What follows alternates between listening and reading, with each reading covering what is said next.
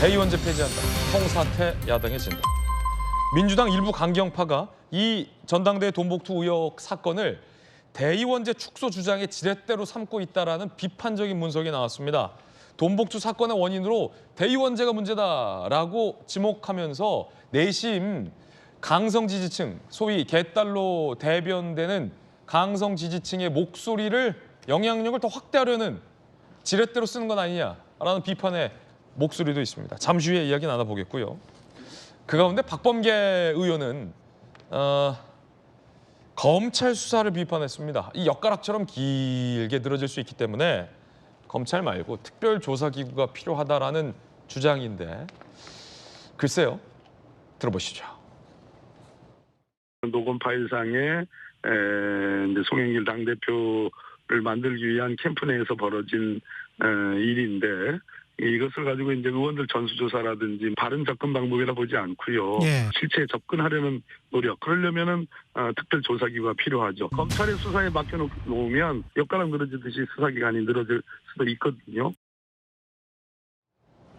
약간 이 검찰 못 믿겠다 깔때기론 네, 다시 좀 갇힌 게 아닌가라는 생각도 드는데 김관삼 변호사님, 예. 왜냐하면 당대표는 민주당의 무기력함을 고백하면서 우리 당이 자체 조사하는데 한계가 있다, 무기력하다라는 뜻 아니겠습니까?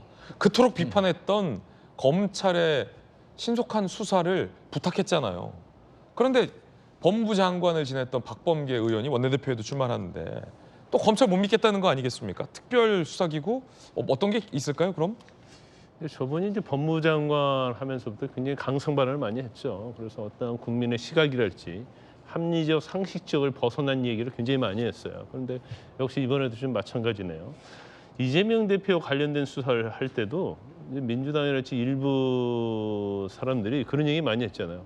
이 사건은 내년 총선까지 가져갈 것이다, 검찰이.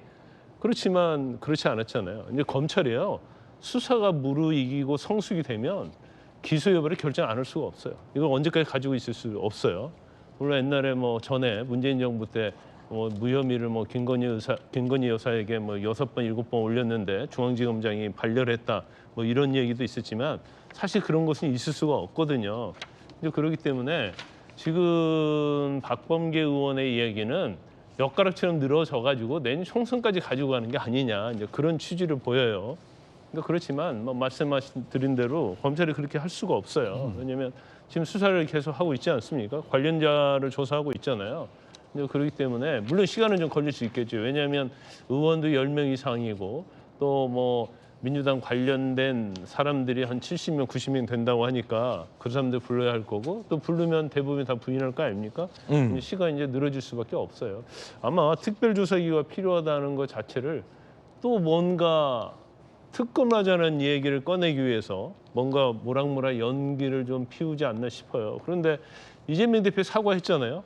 그러면서 뭐라고 했어요? 검찰의 신속한, 정치적 고려 없는 신속한 수사를 원한다고 했는데 지금 이재명 대표는 진정성이 있었는지 모르겠지만 박범계 의원은 지금도 이 수사 자체가 검찰의 정치적 기획이다 이렇게 얘기하고 있는 거예요. 그런데 정치의 기획이라 보기에는 너무나 녹취록이 명백하잖아요. 예. 그럼에도 불구하고 이렇게 특검으로 가자고 할지 현재의 어떤 검찰의 수사를 굉장히 정치 기획으로 몰아가서 뭔가 민주당의 봉착한 위기를 좀 극복하려는 그런 시도가 아닌가 이런 좀 의구심이 들죠. 예.